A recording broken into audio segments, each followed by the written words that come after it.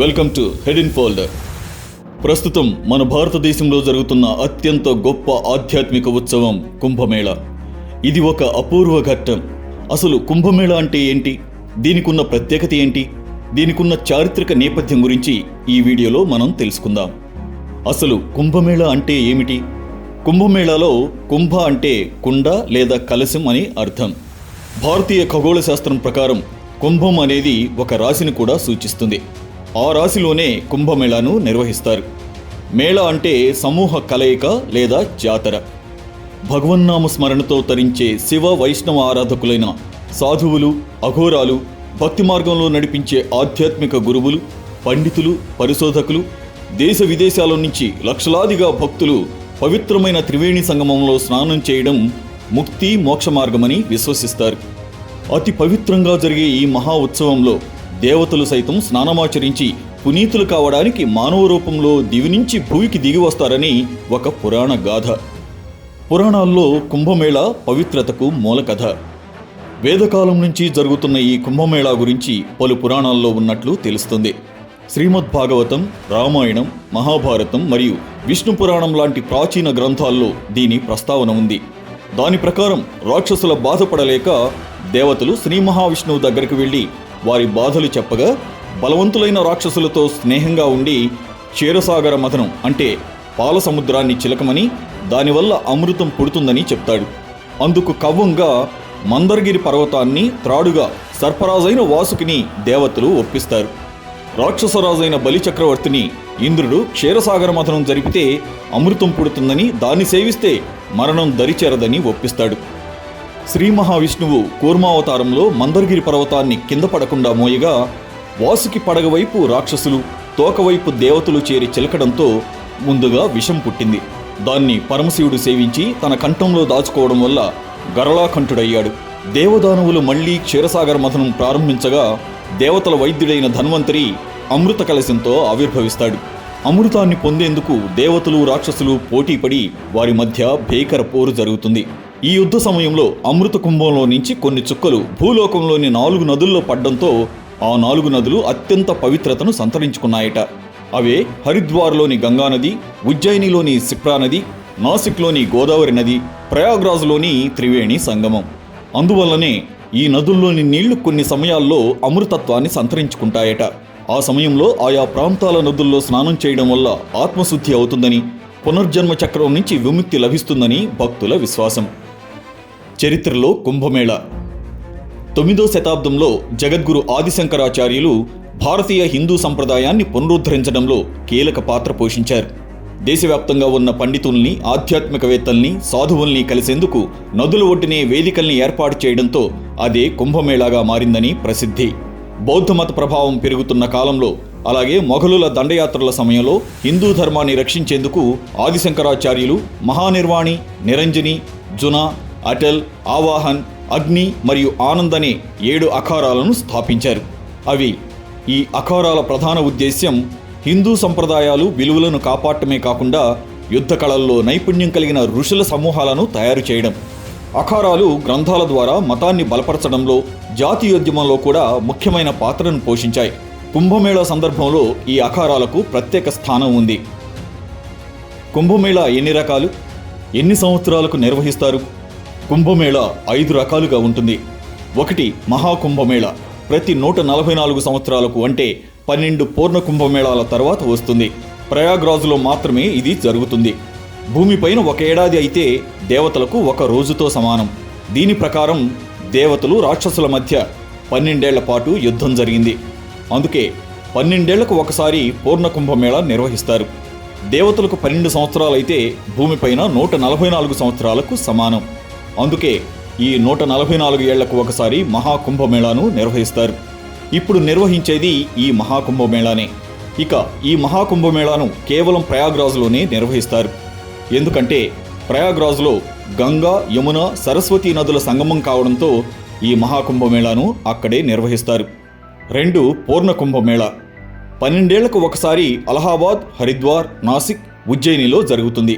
3 అర్ధ కుంభమేళా, 6 ఏళ్లకు ఒకసారి హరిద్వార్, ప్రయాగ్రాజ్లో నిర్వహిస్తారు. 4 కుంభమేళా, ఉజ్జయిని, అలహాబాద్, నాసిక్, హరిద్వార్లో జరుగుతుంది. 5. మాఘ్ మేళా మినీ కుంభ్. సంవత్సరానికి ఒకసారి జనవరి ఫిబ్రవరిలో 45 రోజుల పాటు ప్రయాగ్రాజ్లో మాత్రమే నిర్వహిస్తారు. కుంభమేళాకు గ్రహాలకు మధ్య సంబంధం ఏంటి? పుష్కరం అంటే 12 సంవత్సరాలు. మన దేశంలో ప్రతి 12 సంవత్సరాలకు ఒకసారి ముఖ్యమైన నదులకు పుష్కరాలు నిర్వహించడం జరుగుతుంది. గురుగ్రహం ఒక్కో రాశి మారినప్పుడు ఒక్కో నదికి పుష్కరాలు జరుగుతాయి. కుంభమేళా విషయంలోనూ గ్రహగతులని ప్రామాణికంగా తీసుకుంటారు. ఆయా రాసుల్లోకి బృహస్పతి సూర్యచంద్రుల సంచారాన్ని బట్టే కుంభమేళాలు నిర్ధారించబడతాయి. మహాకుంభమేళాకు ఎందుకు వెళ్ళాలి? మహాకుంభమేళా సమయంలో త్రివేణి సంగమ పవిత్ర జలాల్లో నక్షత్రాల సంగమం ఉంటుంది. ఆధ్యాత్మిక చింతన ఆరాధనతో ఆచరించే పూజలు పుణ్యస్నానాల వలన వారికి గ్రహాల అనుగ్రహం లభిస్తుందని, ఆరోగ్యం సహా పుణ్య ప్రయోజనాలతో పాటు తమ పితృదేవతల రుణం తీర్చుకునే అరుదైన అవకాశంగా భక్తులు భావిస్తారు. అంతులేని ఆధ్యాత్మికత వికసించే మహాకుంభమేళాకు ఎంత వెతికినా జాడ దొరకని నాగసాధువులు, సన్యాసులు, అఘోరాలు ఏ పరిస్థితుల్లో ఉన్నా కుంభమేళా సమయానికి తప్పకుండా తరలివస్తారు. ఎప్పుడూ జనసంచారానికి దూరంగా ఉండే ఈ తపస్సంపన్నులను సామాన్యులు కలిసే అద్భుత అవకాశం కుంభమేళాతో దక్కుతుంది. నిర్జన ప్రదేశంలో ఉండే సాధువులు సామాన్యుల మధ్యలోకి రావడం, ప్రత్యేకంగా వేదికలు ఏర్పాటు చేయడం, వచ్చిన భక్తులను అనుగ్రహించడం భారతీయ ఆధ్యాత్మిక చైతన్యానికి కొత్త ఉత్సాహాన్నిస్తుందనడంలో ఎలాంటి సందేహమూ లేదు. నాగసాధువులు, అఘోరాలు, అఖాడాలు అంటే ఎవరు? నాగసాధువులు హిమాలయాల్లో ఉంటూ నిత్యం ధ్యానంలో ఉంటారు. వీరు ఒంటి మీద నూలు పోగు లేకుండా విభూతి రాసుకుని జీవిస్తుంటారు. ఆ ఈశ్వరుడి అనుగ్రహం పొందిన నాగసాధువులు కుంభమేళా జరిగే సమయంలో తప్ప ఎప్పుడూ కనిపించరు. హిమాలయాల నుండి ఎన్ని వేల కిలోమీటర్ల దూరం ఉన్నా మధ్యలో ఎక్కడా వీరు తారసపడరు. కుంభమేళా ప్రారంభంలో వీరు చేసే పవిత్ర స్నానాలు పుణ్యజలాలకు మరింత పుణ్యాన్ని ఆపాదిస్తాయని చాలామంది నమ్మకం. సంస్కృతంలో అఘోరి అంటే భయం కలిగించని అని అర్థం. కానీ అఘోరాల వేషధారణ, ప్రవర్తన భయం కలిగించేలా ఉంటుంది. హిందూ సమాజంలో వీరిని దేవదూతలుగా భావిస్తారు. అఘోరాలు ఎప్పుడూ శ్మశానాల్లోనే తిరుగుతూ ఉంటారు. కాలే కాష్టాల మధ్య కాలం వెళ్లదీస్తూ ఉంటారు. మనుషుల పుర్రెలను పట్టుకుని సంచరిస్తూ ఉంటారు. దాన్ని ఒక పాత్రగా వివిధ పనులకు ఉపయోగిస్తారు. శరీరం అంతా బూడిద ఉంటుంది. ఒంటిపై వస్త్రాలు ఉండవు. మెడలో రుద్రాక్ష మాలలు ధరిస్తారు. శివుణ్ణి అమితంగా ఆరాధిస్తారు. గంజాయి తాగుతూ కనిపిస్తూ ఉంటారు. శవాలపై కూర్చొని ధ్యానం చేస్తుంటారు. కుంభమేళా జరిగేటప్పుడు లేదా దేవాలయాల్లో ఏవైనా ప్రత్యేక పూజల సమయంలో పెద్ద ఎత్తున ఆ ప్రాంతాలకు తరలివస్తూ ఉంటారు. అఖాడాలు భారతదేశంలోని సాంప్రదాయ సంస్థలు. ఇవి హిందూ ఆధ్యాత్మికత, యుద్ధ కళలకు కేంద్రంగా ఉన్నాయి. హిందూ ఆచారాలు, తత్వాలు, క్రమశిక్షణలను సంరక్షించడం, వ్యాప్తి చేయడం వీటి బాధ్యతలు. కుంభమేళాలో 13 అఖాడాలు కీలక పాత్ర పోషిస్తాయి. ఇందులో శైవ అఖాడాలు నిర్వాణి, అటల్, నిరంజని, ఆనంద్, జునా, ఆవాహన్, అగ్ని ఉన్నాయి. వైరాగి అఖాడాలు నిర్మోహి, దిగంబర్, నిర్వాణి అని, ఉదాసీన అఖాడాలు నయా, బడా, నిర్మల అఖాడాలు ఉన్నాయి. 8వ శతాబ్దం నుంచి వివిధ అఖాడాలకు చెందిన సాధువులు ప్రయాగ్రాజ్లో పవిత్రమైన రోజుల్లో పవిత్ర స్నానం చేయడానికి వస్తుంటారు. వీరు బూడిద పూసుకుని త్రిశూలాలు, కత్తులు వంటి ఆయుధాలు ధరిస్తారు. మహాకుంభమేళా ప్రయాగ్రాజ్లోనే ఎందుకు జరుగుతుంది? గంగా, యమున, సరస్వతి నదులు కలిసే త్రివేణి సంగమ పవిత్ర భూమిగా ప్రసిద్ధి చెందింది ప్రయాగ్రాజ్. మొదటి 2 నదులు మన కంటికి కనిపిస్తే మూడవది సరస్వతి నది. భరతభూమిపై ఒకనాడు గలగలమని ప్రవహించిన ఈ జీవనది కాలక్రమంలో క్షీణించి అంతర్వాహినిగా మారింది. సరస్వతీ తీరంలో కురుక్షేత్రం ఉండగా దాని సమీపంలోని వినాశన అనే చోట అది అంతర్ధానమైందంటారు. 3 నదులు సంగమించడానికి ముందు గంగా నది లోతు కేవలం 4 అడుగులే ఉండగా యమునా నది లోతు 40 అడుగులు కావడం విశేషం. తీర్థరాజ్యంగా పేరు పొందిన ప్రయాగలో బ్రహ్మదేవుడు తన ప్రాకృష్ట యాగాన్ని నిర్వహించాడని మహాభారతం చెప్తుంది. ప్ర అంటే గొప్పది అని అర్థం. అందువల్ల దీనికి ప్రయాగ లేదా ప్రయాగ్రాజ్ అనే పేరు వచ్చిందంటారు. ప్రళయకాలంలో భూమి అంతా సముద్ర జలంతో మునిగిపోయినా ఈ క్షేత్రానికి ఎలాంటి ముప్పు ఉండదట. శ్రీ మహావిష్ణువు వటపత్రసాయి రూపంలో ఇక్కడ ప్రత్యక్షమై ఉంటాడని, సర్వదేవతలు ఈ తీర్థాన్ని కాపాడుతూ ఉంటారని చెబుతారు. ఇలా పవిత్ర నదుల సంగమ క్షేత్రంగా భారతీయ సంస్కృతిలో మహోన్నతమైన భావనకు స్ఫూర్తి కేంద్రంగా ప్రయాగ్రాజ్ నిలిచింది. అందువల్లనే ఇక్కడ మహాకుంభమేళా నిర్వహించడం జరుగుతుంది. కుంభమేళా ప్రచార వ్యయం గురించి ఒక చిన్న స్టోరీ ఉంది. అదేంటంటే 1942లో జరిగిన కుంభమేళాకు నాటి British governor general lord Linlithgow Benares university స్థాపకులు మదన్ మోహన్ మాలవ్యతో కలిసి వచ్చారు.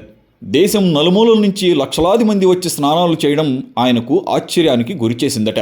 అప్పుడు పక్కనే ఉన్న మాలవ్యతో ఈ ఉత్సవం గురించి ప్రచారం చేయడానికి అయిన ఖర్చెంతని అడగడంతో అందుకు కేవలం 2 పైసలని మాలవ్య సమాధానం ఇవ్వగా గవర్నర్ జనరల్ ఆశ్చర్యపోయి అదెలా అంటూ ప్రశ్నించాడట. అప్పుడు మాలవ్య ఒక పంచాంగం తీసి చూపించారట. ఆ రోజుల్లో దాని ధర 2 పైసలు మాత్రమే. ఆ పంచాంగం చూసుకుని జనం వారంతట వారే వస్తారని ఆయన వివరించారట. ఈ మధ్యకాలంలో 2015లో నాసిక్, 2016లో ఉజ్జయిని, 2019లో అలహాబాద్లో అర్ధకుంభమేళా, 2021లో హరిద్వార్లో కుంభమేళా జరగ్గా ప్రస్తుతం ప్రయాగ్రాజ్లో మహాకుంభమేళా జరుగుతోంది. కుంభమేళా సాధించిన రికార్డులు, ఘనతలు. 1989లో Guinness book of world records ప్రయాగ్రాజ్లో జరిగిన కుంభమేళాకు 1,50,00,000 మంది హాజరైనట్లు ధృవీకరించింది. ది సిబిఎస్ సండే మార్నింగ్ అనే ఒక ప్రముఖ అమెరికన్ మార్నింగ్ షో 2010 ఏప్రిల్ 18న హరిద్వార్ కుంభమేళాను ప్రపంచంలోనే అత్యధిక సంఖ్యలో యాత్రికులు హాజరయ్యే మత కార్యక్రమంగా అభివర్ణించింది. ఏప్రిల్ 28, 2010న BBC Kumbh Mela greatest show on earth పేరుతో కుంభమేళాపై ఒక ఆడియో వీడియో రిపోర్టును వెలువరించింది. 2013 జనవరి 14 నుంచి మార్చి 10 మధ్య ప్రయాగ్రాజ్లో జరిగిన కుంభమేళా సందర్భంలో అత్యధిక జనాభా కలిగిన నగరంగా మారింది. 5 చదరపు కిలోమీటర్ల ప్రాంతంలో 8 కోట్ల మంది ప్రజలు ఉండడం ప్రపంచంలోనే అత్యంత అద్భుతమైన సంఘటనగా రికార్డు సృష్టించింది. 2017 డిసెంబర్లో కుంభమేళాకు ఐక్యరాజ్య సమితి అనుబంధ సంస్థ యునెస్కో యొక్క intangible cultural heritage of humanity లిస్టులో స్థానం లభించింది. ఈ గుర్తింపు దాని ప్రపంచ సాంస్కృతిక, ఆధ్యాత్మిక ప్రాముఖ్యతను హైలైట్ చేస్తుంది. 2019లో జరిగిన ప్రయాగ్రాజ్ కుంభమేళా 3 విభాగాల్లో గిన్నిస్ బుక్ ఆఫ్ వరల్డ్ రికార్డ్స్లో చేరింది.